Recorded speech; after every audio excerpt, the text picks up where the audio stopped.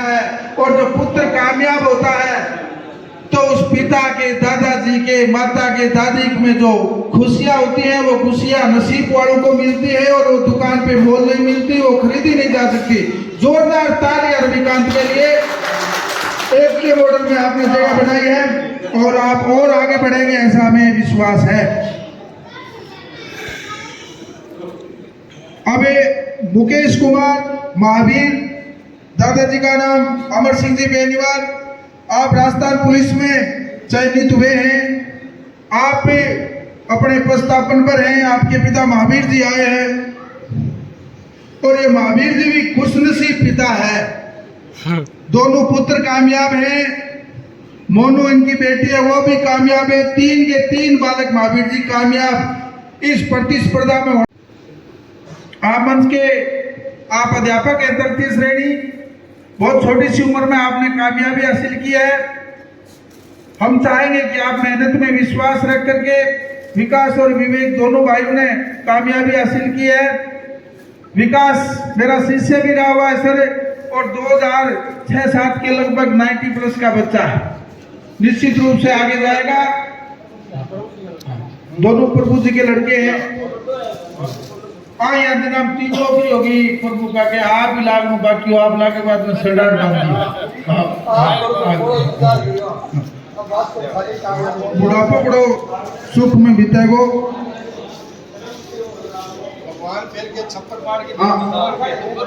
ओम प्रकाश प्रताप सिंह, दादा श्री का नाम ईश्वर जी गोदारा। जोरदार तालियां। पिता और पुत्री दोनों सम्मानित हो रहे हैं। सहयोग देखिए, बहुत अच्छी बात है।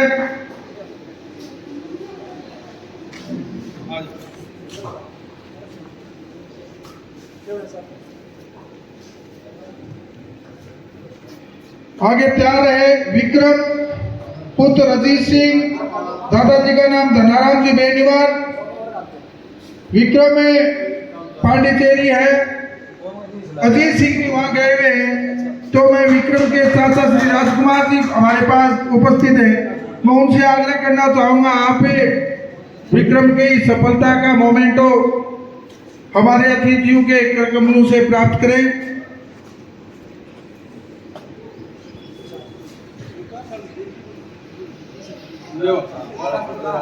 अब आगे तैयार है विकास पुत्र श्री प्रभु सिंह, दादाजी का नाम श्री सूरजाराम जी सुथार। आप कनिष्ठ सहायक पद पर चयनित हैं।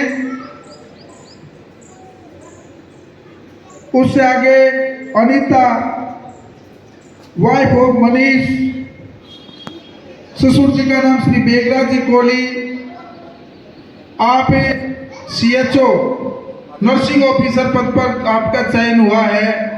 यदि यहाँ उपस्थित है बहुत बहुत बधाई रखें।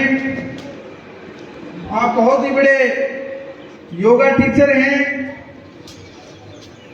आपने लंबे समय तक शिक्षा विभाग में कार्य किया है।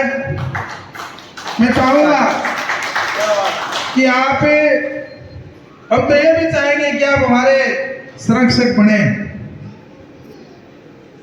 और हर मामले में आप हमारा सहयोग करें। मैं आमंत्रित कर रहा हूं मेघराज जी ईसरान, आप अपने विचार रखें।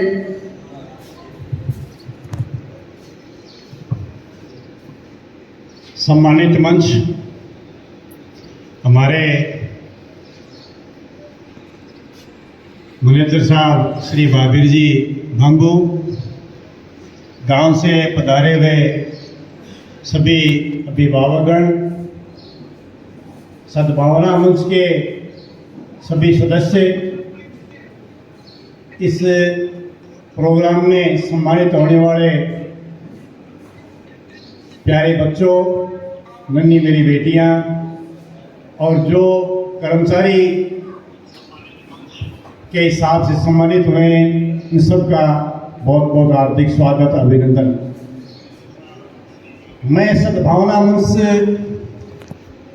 को बहुत बहुत धन्यवाद देना चाहूँगा।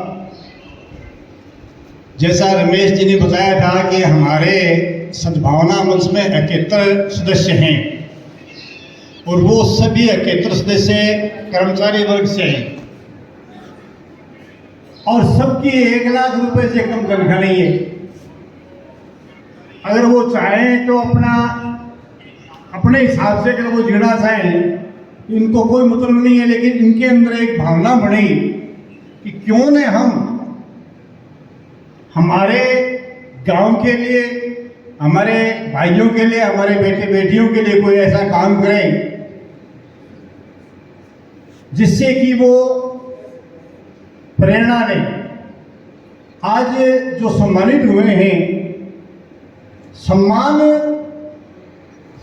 की कोई कीमत नहीं होती, सम्मान से हमें एक बड़ी जबरदस्त प्रेरणा मिलती है और उस प्रेरणा से हम हमारे जीवन का स्वरूप बदल सकते हैं।